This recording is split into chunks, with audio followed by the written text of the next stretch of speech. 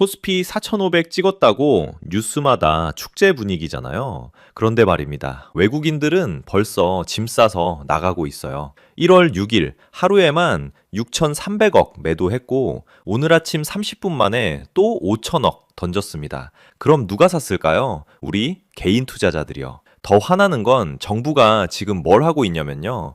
여러분 노후자금인 국민연금이랑 외환보유고를 털어서 환율 막고 있거든요. 28년 만에 최악의 속도로요. 한국은행은 시장 원리 존중한다면서 매일 거짓말하고 있고요. 근데 아무도 이 얘기 안 해요. 자, 오늘 우리 어떻게 갈 거냐면요. 세 가지를 집중적으로 파헤칠 겁니다. 첫 번째, 코스피 4,500. 이게 진짜 우리 경제가 탄탄해서 오른 건지 아니면 뭔가 다른 이유가 있는 건지 숫자 하나하나 다 봐볼게요. 두 번째는 외국인들이요. 왜 갑자기 짐 싸는지, 그들이 본 위험 신호가 도대체 뭔지, 그걸 알아야 우리도 대비하잖아요. 그리고 마지막으로요. 정부하고 한국은행이 이분들이 뭘 숨기고 있는지, 국민한테 안 하는 얘기가 뭔지 알려드릴게요. 자, 일단 숫자부터 볼게요. 코스피가 작년 2025년 한 해 동안 얼마나 올랐는지 아세요? 무려 75.6% 올랐어요. 이게 진짜 어마어마한 수치거든요. 1999년 이후에 이렇게 오른 적이 없었어요. 그리고 올해 2026년 들어서는요. 겨우 며칠 지났는데 벌써 또 10% 가까이 뛰었다고요. 삼성전자 한번 볼까요? 작년 1월에 5만 3천 원이었어요. 근데 지금 14만 원이에요. 거의 3배예요, 3배. SK 하이닉스는 아예 70만 원 넘봤죠. 이렇게만 보면 완벽한 호황 아니에요? AI 반도체 열풍 있죠. 메모리 가격도 오르고 실적도 좋아지고 뉴스 틀면 다들 코스피 5천 간다 이러잖아요. 증권사 보고서마다 장밋빛 전망 천지고요. 틀린 말은 아닙니다. 근데 말이죠. 물밑에서는 완전히 다른 이야기가 펼쳐지고 있었어요. 하루 전날인 1월 5일까지만 해도 외국인들이 엄청나게 사들였거든요. 2조 1천억이에요. 2조 1천억. 하루에 이렇게 사들이니까 당연히 지수가 폭등하죠. 그런데 갑자기 1월 6일부터 파는 쪽으로 돌아선 거예요. 이게 무슨 의미냐? 외국인이 산다는 건요. 전 세계에 있는 돈 중에서 진짜 똑똑한 돈, 제대로 아는 사람들의 돈이 한국으로 들어온다는 뜻이에요. 근데 반대로 판다는 건 야, 이제 충분히 벌었으니까 털고 나가자. 꼭지 찍었어. 이런 신호를 보내는 거거든요. 그럼 여기서 궁금한 거 하나. 그 사람들이 판 물량을 누가 샀을까요? 바로 우리 개인 투자자들이에요. 1월 6일 하루에만 5,950억 원을 샀어요. 거의 6천억이에요. 이게 뭐냐면요. 풍선 게임 있잖아요. 음악 나오는 동안 풍선 넘기고 넘기다가 음악 멈추면 터지는 거. 지금 딱 그 상황이에요. 문제는요, 우리 개인 투자자들이 그 마지막 풍선을 받아들고 있다는 겁니다. 그럼 외국인들은 왜 지금 나가는 걸까요? 첫 번째 이유가 환율이거든요. 환율이 12월에 1,484원까지 치솟았어요. 거의 1,500원 갈 뻔했죠. 그러니까 정부가 급하게 들어온 거예요. 말이 아닌 행동으로 보여주겠다. 이러면서요. 그래서 뭘 했냐? 달러를 팔았어요. 막 쏟아부었죠. 결과는요, 환율이 며칠 만에 1,440원대까지 떨어졌어요. 근데 외국인들은 이렇게 생각하는 거예요. 계산기를 딱 두드리면서요. 아, 지금 환율이 인위적으로 내려간 거네? 그럼 지금 주식 팔고 달러로 바꿔서 나가면 환율 이득까지 보는 거잖아. 나가야지. 이거를 쉽게 설명하면요. 수영장으로 비유해 볼게요. 수영장 물이 너무 차올라서 넘칠 것 같으니까 정부가 펌프를 가져다가 물을 빼내서 수위를 억지로 낮춘 거예요. 근데 외국인들은 알죠. 저 펌프 멈추는 순간 물 다시 차오르는 거 아니야? 그 전에 나가야겠다. 이렇게 생각하는 거예요. 두 번째 이유는요. 외환 보유고가 털리고 있다는 겁니다. 한국은행이 1월 6일 날 발표한 숫자 한번 보세요.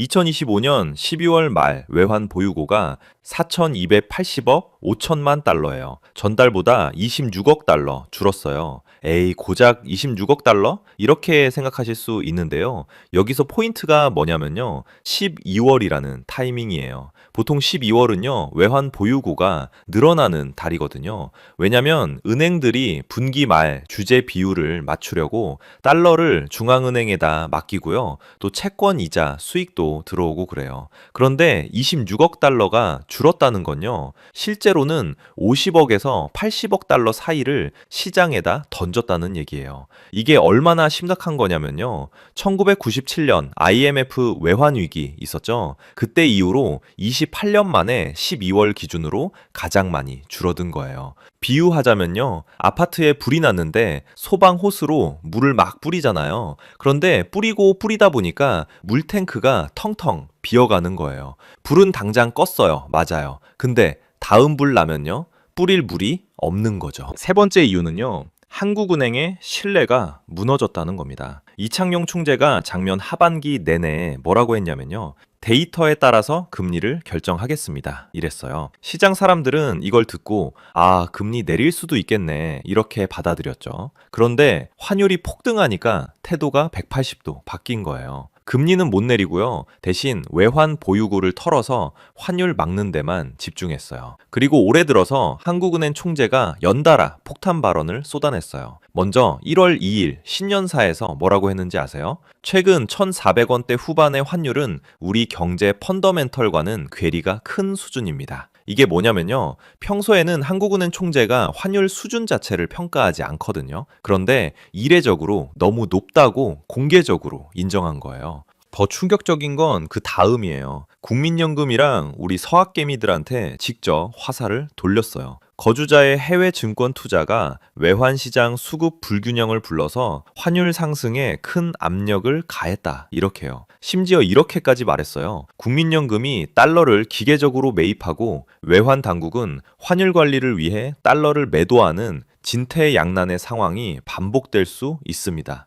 이게 무슨 뜻이냐면요, 한쪽에서는 국민연금이 달러 사고 다른 쪽에서는 한국은행이 달러 팔고, 이게 뭐 하는 짓이냐, 이런 얘기예요. 그런데 사흘 뒤인 1월 5일요, 범금융 신년 인사회에서 또다시 고환율 경고를 날렸어요. 이번엔 뭐라고 했냐면요, 고환율이 산업 경쟁력과 내수 경제에 심각한 영향을 줄 수 있다면서 중앙은행하고 정부 기관들이 긴밀하게 협력해야 된다고 촉구했거든요. 여기서 포인트가 뭐냐, 작년에는 금리 내리겠다, 이런 식으로 시장한테 희망을 줬잖아요. 근데 지금은요, 완전히 말을 바꿔서 환율 때문에 내수 기업들 다 죽어간다, 서민들 힘들어진다, 이러면서 오히려 경고만 하고 있어요. 그리고 경제 전망도 진짜 암울하게 내놨어요. 올해 성장률이 1.8%는 될 거예요. 근데요, IT 산업만 잘 되는 K자형 회복이라서 IT 빼면 1.4%밖에 안 돼요. 이게 무슨 말이냐면요, 삼성전자나 SK 하이닉스 같은 반도체 기업들만 잘 되고 나머지 자동차, 화학, 중소기업들은 다 죽어간다는 얘기거든요. 그래서 체감 경기는 숫자보다 훨씬 안 좋을 거라는 거예요. 그리고 결정타는요, 통화정책 방향에서 나왔어요. 작년 11월까지만 해도 한국은행 통화정책 방향문에 금리 인하 기조라는 문구가 있었어요. 근데 지금은요, 그 문구를 삭제해버렸어요. 인하 여부를 결정으로 바뀐 거죠. 무슨 말이냐면요, 금리 내릴 생각 없다, 데이터 보면서 정교하게 판단하겠다, 이런 뜻이에요. 비둘기파적인 색채가 완전히 사라진 거예요. 한국은행 총재는 마지막으로 유지경성, 뜻을 모으면 이룬다 이라는 고사성어까지 인용하면서 여러 난관 속에서도 우리 경제가 도약하길 바란다, 이렇게 말했는데요. 솔직히 말해서요, 이게 외국인들한테는 어떻게 보이겠어요? 이 나라 중앙은행은 말바꾸기 대회 하나? 작년에는 금리 내릴 듯 말 듯 하더니 환율 오르니까 갑자기 국민 탓하고 경고만 날리네?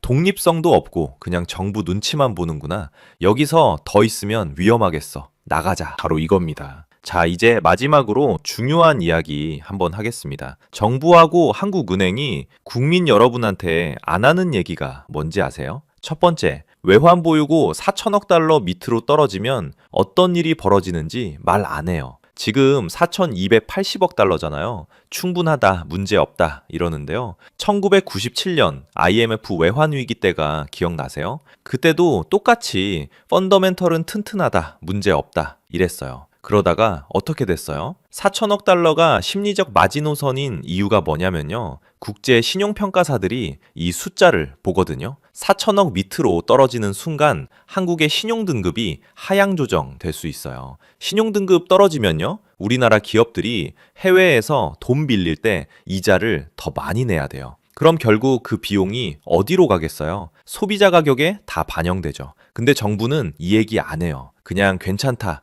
괜찮다만 반복하고 있어요. 두 번째, 국민연금으로 환율을 막고 있다는 사실을 제대로 안 알려줘요. 한국은행 총재가 1월 2일에 뭐라고 했냐면요. 국민연금이 달러를 기계적으로 매입하고 외환 당국은 환율 관리를 위해 달러를 매도하는 진퇴양난이라고 했잖아요. 이게 무슨 뜻인지 풀어서 설명해 드릴게요. 국민연금이 해외 투자를 하려면 달러가 필요해요. 그럼 시장에서 원화를 팔고 달러를 사야 되거든요. 그럼 환율이 오르죠. 그러면 한국은행이 환율 오르면 안 되는데 하면서 외환 보유고에서 달러를 팔아요. 환율을 내리려고요. 결과가 뭐예요? 국민연금은 우리 노후 자금으로 달러 사고 한국은행은 나라 비상금으로 달러 팔고 이게 무한 반복되고 있는데요. 정부는 이걸 숨기려고 해요. 왜냐하면 국민 노후 자금으로 환율 방어하고 있다는 게 알려지면 난리 나잖아요. 세 번째, 28년 만에 최악이라는 사실을 희석시키려고 해요. 12월에 외환 보유고가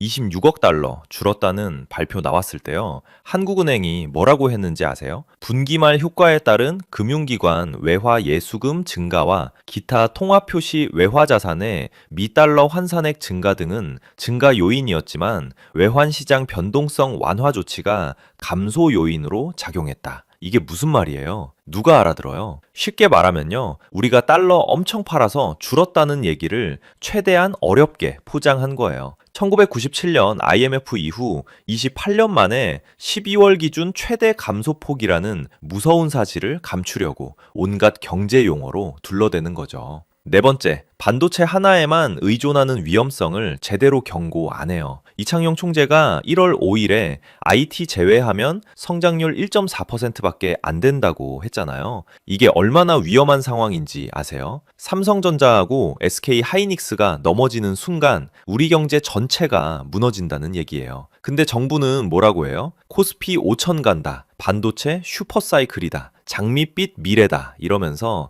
개인 투자자들을 계속 주식시장으로 끌어들이고 있어요. 반도체 가격이 꺾이는 순간 어떻게 될지는 말 안 하고요. 다섯 번째, 결국 피해는 국민이 본다는 사실을 숨겨요. 환율이 1,500원 가면요. 수입 물가가 오르죠. 그럼 기름값, 밀가루값, 생활 물가가 다 오릅니다. 외환 보유고가 바닥나면요. IMF처럼 긴축 정책 들어가요. 금리 올리고 세금 올리고 복지 깎고 그럼 결국 피해는 누가 봐요? 우리 국민이죠. 근데 정부는 지금 다 괜찮다면서 국민들 안심시키는 데만 급급해요. 위험 신호는 다 감추고 책임은 국민연금하고 서학개미한테 떠넘기고 이게 바로 정부와 한국은행이 여러분께 말하지 않는 불편한 진실입니다. 자, 정리할게요. 코스피 4,500이요. 이게 축제가 아닐 수 있어요. 손바뀜의 시작일 수 있다는 거죠. 똑똑한 돈은 이미 출구 쪽으로 가고 있어요. 정부는요, 다 괜찮아요, 괜찮아요 이러는데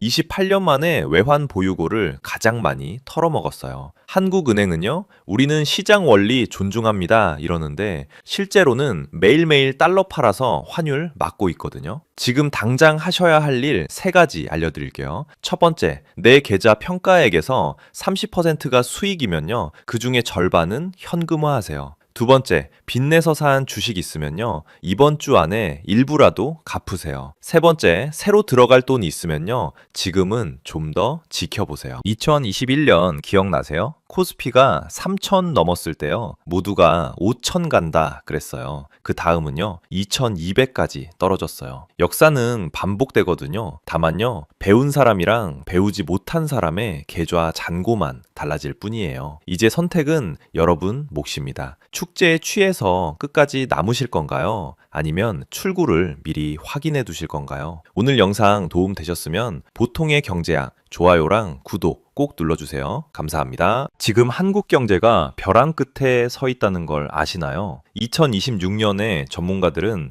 다시 원달러 1,500원을 돌파할 가능성이 있다고 경고하고 있습니다. 지금 정부와 한국은행이 총력을 다해서 환율을 잡아서 1,438원 정도로 내려왔지만 30일 현재 1,445원으로 다시 왔고, 전문가들은 이게 국민연금에 의해서 일시적으로 잠시 눌려 있을 뿐 오버슈팅이 나올 수 있다고 합니다. 그런데 더 충격적인 건 지금 코스피가 4,100포인트를 넘나들고 있잖아요. 전문가들은 이 숫자를 실체 없는 허수라고 부릅니다. 왜 허수일까요? 그리고 환율이 1,500원을 재돌파하면 우리에게 정확히 무슨 일이 벌어질까요? 오늘 끝까지 들으시면 2026년 여러분의 자산을 지키는 방법이 보일 겁니다. 영상 시작 전 구독, 좋아요는 사랑입니다. 2026년에 1,500원을 재돌파하면 정확히 무슨 일이 벌어질까요? 수영장 이야기로 설명해 드릴게요. 한국 경제라는 수영장에 물이 계속 새고 있습니다. 외국인 투자자들의 돈이죠. 정부가 호스로 물을 넣지만 빠져나가는 속도가 더 빠릅니다. 1,500원이 돌파되는 순간 이 물 빠지는 속도가 폭포수처럼 빨라지고 결국 누가 벌거벗고 수영하고 있었는지 드러나게 됩니다. 외국인 투자자들이 한국 시장을 위험하게 보고 있다는 겁니다. 금리가 내려도 한국은 이제 안 돼 라고 생각하니까 돈을 빼는 거예요. 이건 단순한 금리 차이 문제가 아닙니다. 한국 경제의 펀더멘털 자체를 신뢰하지 못한다는 뜻이죠. 왜 신뢰를 못할까요? 한국 주식시장을 한번 들여다보세요. 코스피 4,100포인트. 겉으로는 아주 좋아 보입니다. 그런데 속을 들여다보면 어떨까요? 반도체와 자동차, 딱 이 두 업종이 지수를 떠받치고 있습니다. 삼성전자와 SK하이닉스 빼면 뭐가 남습니까? 현대차 빼면요. 한 다리로 서 있는 외줄타기 고개사를 상상해 보세요. 지금 한국 경제가 그 모습입니다. 반도체와 자동차라는 두 다리로 겨우 버티고 있는 거예요. 2025년에 AI 붐 덕분에 반도체 수출이 급증했습니다. 그래서 코스피가 4,100까지 올라갔죠. 그런데 2026년에 AI 사이클이 꺾이면 어떻게 될까요? 그 한 다리마저 꺾이는 순간 한국 경제는 그대로 추락합니다. 그리고 건설업은 이미 죽어가고 있습니다. 2025년 10월 기준 준공후 미분양 주택이 28,080호입니다. 연초보다 22.8% 늘었죠. 이대로 가면 2026년에는 3만 호를 넘습니다. 내수는 어떨까요? 커피 한 잔 값이 7,000원 넘어가니까 사람들이 카페를 안 갑니다. 소고기 값이 60% 뛰니까 고깃집도 안 가고요. 한국 경제는 반도체 외골수 경제입니다. 이게 바로 구조적 취약점입니다. 그런데 더 무서운 건 지금부터입니다. 부동산과 가계부채라는 시한폭탄이 터지기 직전입니다. 2025년 2분기 기준 GDP 대비 가계부채 비율이 89.7%입니다. 가계빚이 1968조 원이에요. OECD 평균이 65%인데 우리는 25%포인트나 높습니다. 아파트 한 채 사려고 3억 원 대출받은 30대 부부를 생각해 보세요. 변동금리로 빌렸습니다. 환율이 1,500원을 돌파하면 한국은행이 금리를 올려야 합니다. 환율을 잡으려면 그럴 수밖에 없거든요. 그럼 이 부부의 이자가 한 달에 100만 원에서 150만 원으로 뜁니다. 동네 식당도 안 가고 옷도 안 사고 여행도 안 갑니다. 이게 전국적으로 일어나는 겁니다. 건설사는 아파트가 안 팔려서 돈을 못 받고 은행에 빌린 돈을 못 갚습니다. 건설사가 쓰러지면 저축은행, 증권사도 같이 무너집니다. 이게 바로 버블성 자산 시장입니다. 작은 충격에도 시장이 붕괴할 수 있다는 얘기죠. 풍선이 바늘에 찔리듯이 터지는 겁니다. 그럼 개인 투자자들은 뭘 하고 있을까요? 카지노식 투자 행태를 보이고 있습니다. 2025년 내내 영끌, 비투라는 말이 유행했죠. 빚내서 주식 사고, 빚내서 코인 사고 있습니다. 특히 젊은 층이 과열된 주식시장을 만들고 있어요. 제가 구체적인 예를 들어드릴게요. 어떤 종목이 하루에 20%, 30% 뛰어오릅니다. 실적이 좋아서? 아닙니다. 투기적 자본이 몰려들어서 그래요.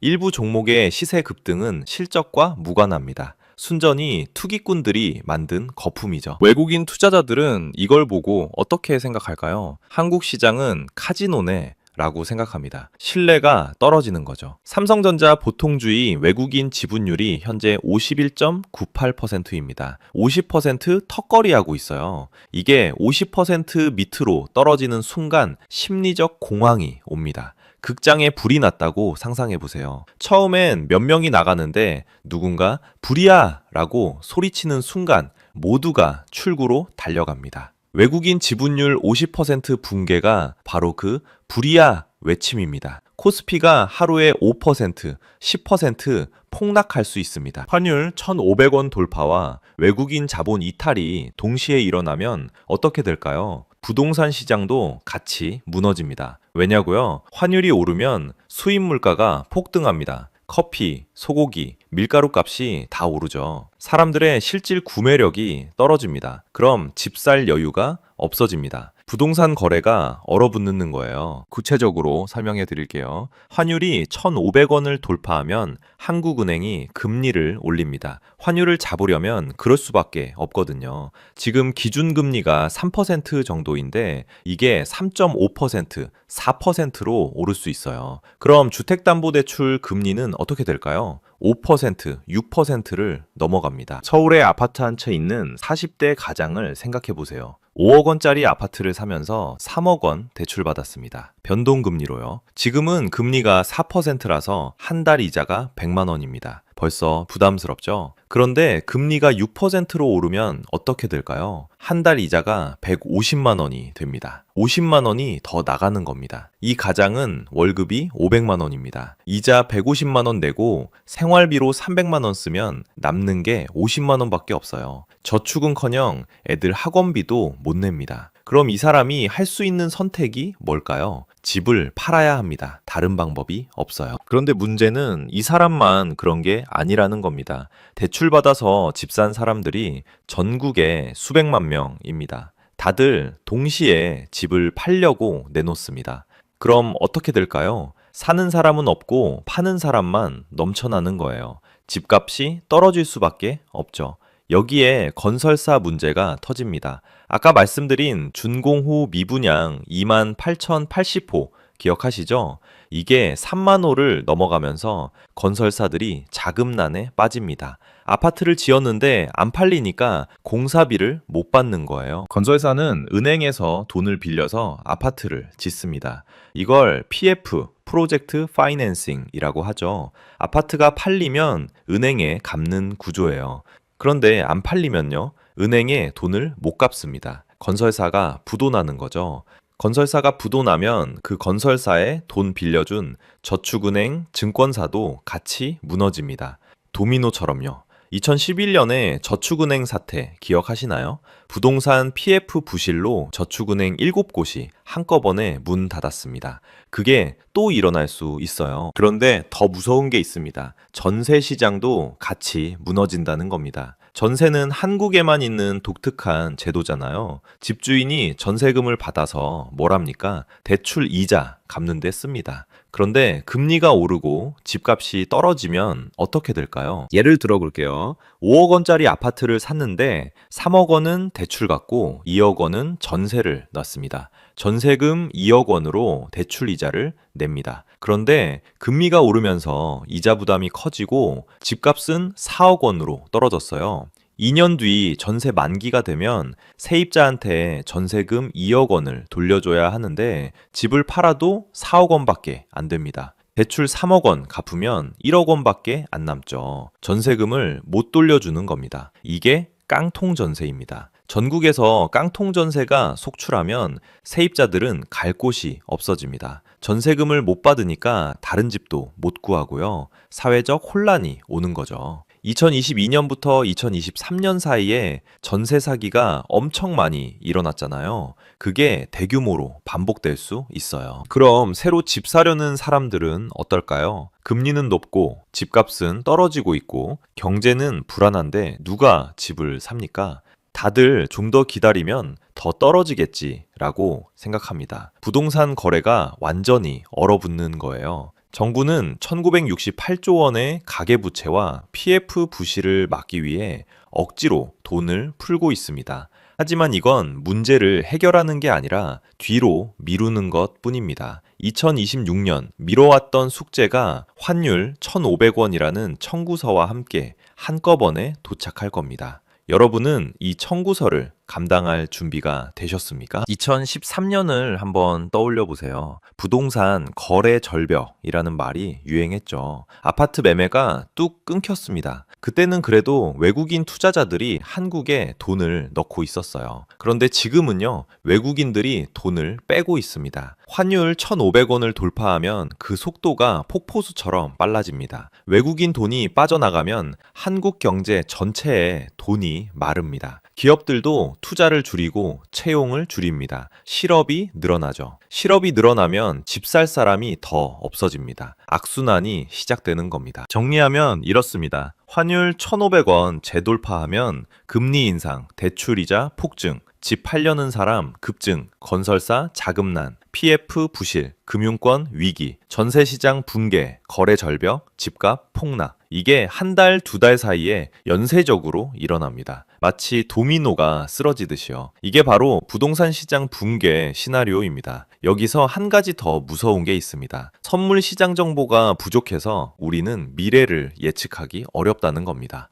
환율 선물, 주식 선물 시장을 보면 큰 손들이 어떻게 움직이는지 알 수 있거든요. 그런데 한국은 이 정보가 투명하게 공개되지 않습니다. 기억하시나요? 1997년 IMF 위기 때도 그랬습니다. 금융시장의 정확한 정보는 골드만삭스, JP모건 같은 국외 기관들에게만 있었습니다. 우리는 몰랐죠. 펀더멘털은 튼튼하다고 정부가 말했지만 외국 투자은행들은 이미 한국에서 돈을 빼고 있었습니다. 지금도 마찬가지입니다. 우리에게는 보이지 않는 정보가 월스트리트에는 있어요. 그래서 불확실성이 더 큽니다. 환율이 1,500원을 돌파하는 순간 우리는 어디로 갈지 모릅니다. 1,550원, 1,600원 아무도 모릅니다. 국외 기관들만 알고 있죠. 이게 바로 정보의 비대칭성입니다. 그렇다면 한국 경제의 거시지표를 종합해서 보면 어떨까요? 금리, 환율, 물가, 제조업 지표를 다 모아서 보면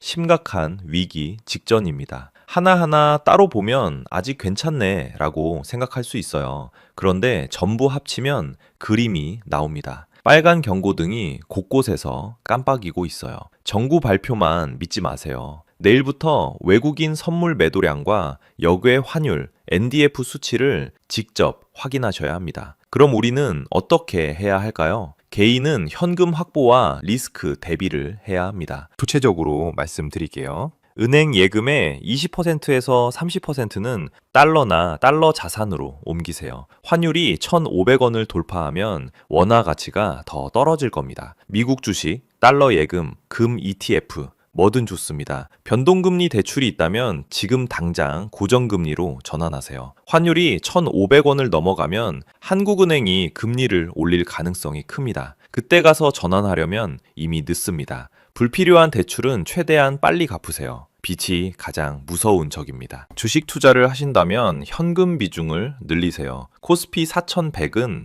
허수입니다. 반도체 착시에 속지 마세요. 외국인 지분율이 50% 밑으로 떨어지는 순간 폭락할 수 있습니다. 그때 현금이 있어야 기회를 잡을 수 있습니다. 절대 하지 말아야 할 것도 있습니다. 환율이 더 떨어질 거야 라는 막연한 기대로 원화만 들고 있지 마세요. 레버리지를 더 끌어올리지 마세요. 영끌, B2 절대 안 됩니다. 카지노식 투자 하지 마세요. 실적 없는 투기주에 올인하지 마세요. 여러분이 바뀌면 여러분의 미래도 바뀝니다. 오늘 내용도 도움이 되셨다면 보통의 경제학 구독, 좋아요 부탁드립니다. 감사합니다.